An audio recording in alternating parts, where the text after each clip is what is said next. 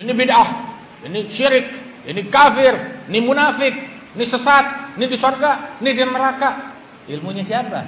Bukan ilmunya Nabi Muhammad. Ilmunya Nabi Muhammad tidak mengkafirkan sesama muslim. Ilmunya Nabi Muhammad tidak mensyirikkan sesama orang Islam. Ilmunya Nabi Muhammad enggak pernah membid'ahkan.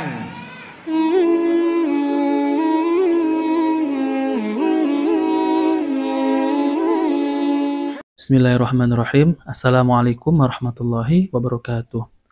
Teman-teman semuanya, semoga kita selalu dalam lindungan Allah Subhanahu wa taala. Alhamdulillah, kita kembali lagi di channel Cahaya Hidayah. Jadi di video ini saya akan mereaksi dan mengambil ilmu dari Ustadz Abu Yahya Badrus Salam LC Hafidhahullah Ta'ala, yaitu tentang penjelasan apakah orang yang jatuh ke dalam bid'ah, apakah disebut pelaku ahli bid'ah. Nah, jadi kita akan mengambil ilmu dari beliau ya. Dan banyak teman-teman kita yang masih belum paham tentang bid'ah. Jadi kalau ada seorang ustadz yang menjelaskan tentang amalan ini bid'ah, maka langsung tersinggung dan marah, kemudian disebut ahli bid'ah. Dan bahkan ada yang bilang katanya suka menyesat-nyesatkan kaum muslimin. Nah, teman-teman semuanya, apakah benar ya yang dimaksud bid'ah itu terus kita memvonis mereka itu masuk neraka? Nah, mari kita dengarkan penjelasan oleh Ustadz Abu Yahya Badrus Salam LC Hafidhahullah Ta'ala.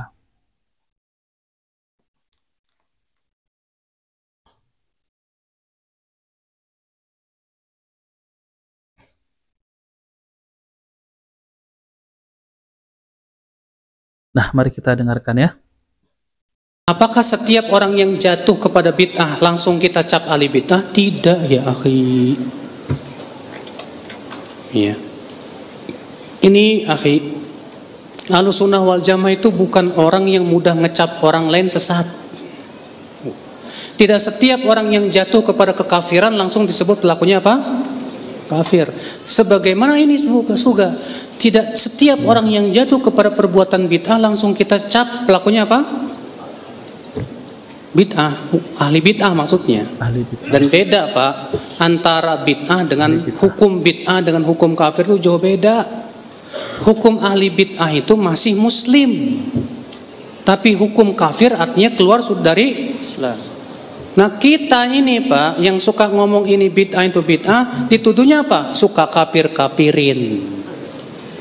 Ya Allah, saking nggak pahamnya mereka tentang hukum antara bid'ah dengan kafir, jauh berbeda ya.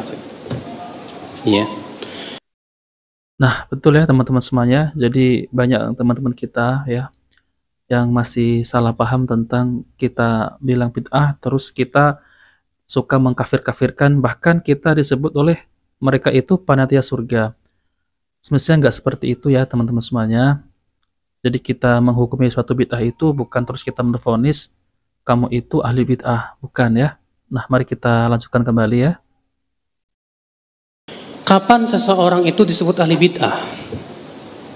Syekhul Islam Taimiyah mengatakan, seseorang yang disebut ahli bid'ah itu apabila jatuh kepada bid'ah yang disepakati oleh seluruh ulama bahwa itu bid'ah. Paham tidak?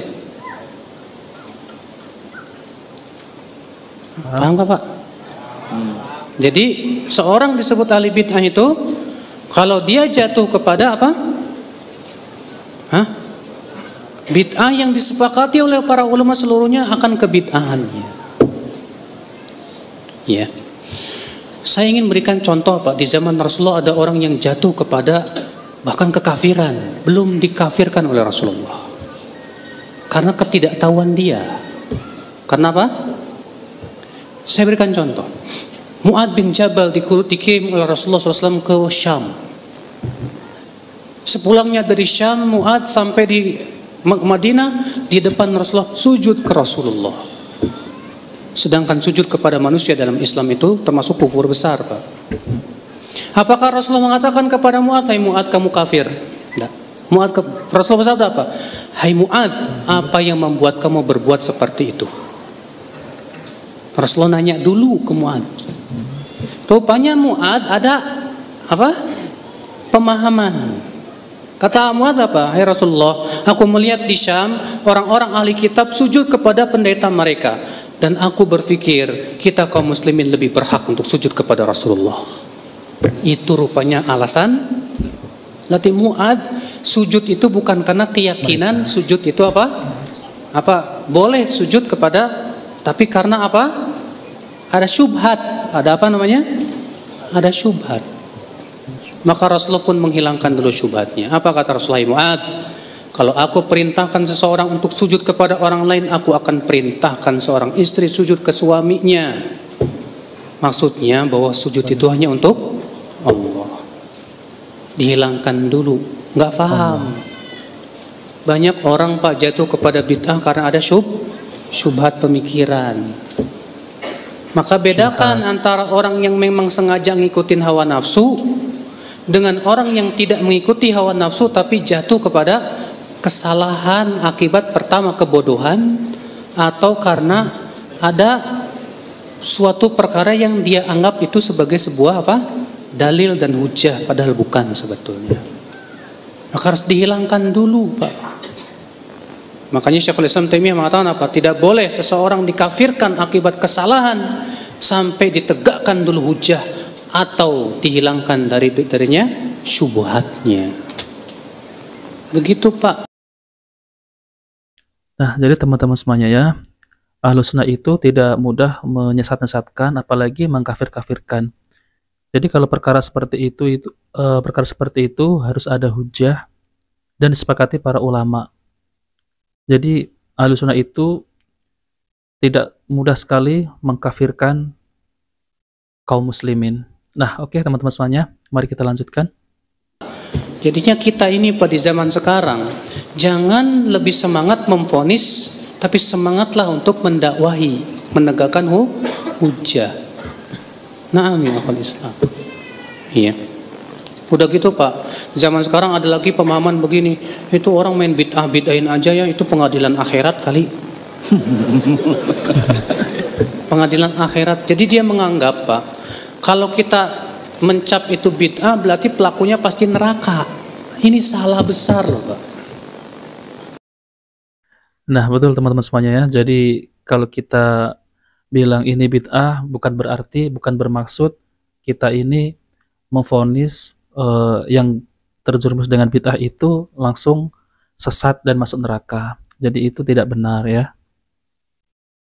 Semua Ahlus Sunnah, semua ulama sepakat tidak boleh memastikan seseorang dari ahli kiblat sebagai penduduk surga atau neraka sampai kita yakin dia mati di atas apa. Iya. Bahkan Ibnu Taimiyah berkata apa? Orang yang terancam masuk neraka akibat kebid'ahan atau maksiat terkadang di hari kiamat tidak jadi masuk neraka. Kenapa? Bisa jadi karena adanya taubat, kita tidak tahu. Atau dikarenakan adanya hasanat, kebaikan yang luar biasa besar. Atau bisa jadi karena kan dia ditimpa musibah yang berat sehingga Allah gugurkan dosa-dosanya. Atau dia dapat syafaat. Iya. Paham tidak Pak? Ini keyakinan Ahlus Sunnah. Makanya kalau ada orang bilang itu orang suka ngebid'ahin berarti neraka dong, kita jadi dianggap penduduk api neraka semua. Ini sebetulnya sengaja mereka ucapkan itu untuk memprovokasi aja Pak. Memprovokasi ya Ustaz, kita ya. Ketika menghukumi suatu perkara itu bid'ah, tidak sama sekali konsekuensinya pelakunya pasti ahli bid'ah. Ini yang pertama. Apalagi untuk memastikan pelakunya neraka, ini lebih jauh lagi. Nah oke teman-teman semuanya, jadi kita sudah mendengarkan penjelasan oleh Ustadz Abu Yahya Badrus Salam LC Hafidhahu Ta'ala. Jadi perkara bid'ah itu bukan kita langsung memvonis pelakunya itu sesat dan masuk neraka. Jadi Ahlus Sunnah itu tidak mudah memasukkan kaum muslimin yang berkiblat ya. Tidak boleh kita memvonis mereka itu masuk neraka. Kalau masalah kita membahas bid'ah, bukan kita itu memasukkan orang yang terjerumus dengan bid'ah itu ke dalam neraka. Jadi Ahlus Sunnah itu sangat hati-hati kepada kaum muslimin tentang masalah memasukkan ke dalam neraka. Jadi penjelasan oleh Ustadz Abu Yahya Badrus Salam LC ini sangat ilmiah ya teman-teman. Jadi sangat hati-hati dalam perkara ini karena kita tidak pernah memvonis pelaku bid'ah itu masuk neraka. Nah, oke teman-teman semuanya, jika video ini baik, jangan lupa like dan subscribe di channel Cahaya Hidayah. Saya undur diri, wassalamualaikum warahmatullahi wabarakatuh.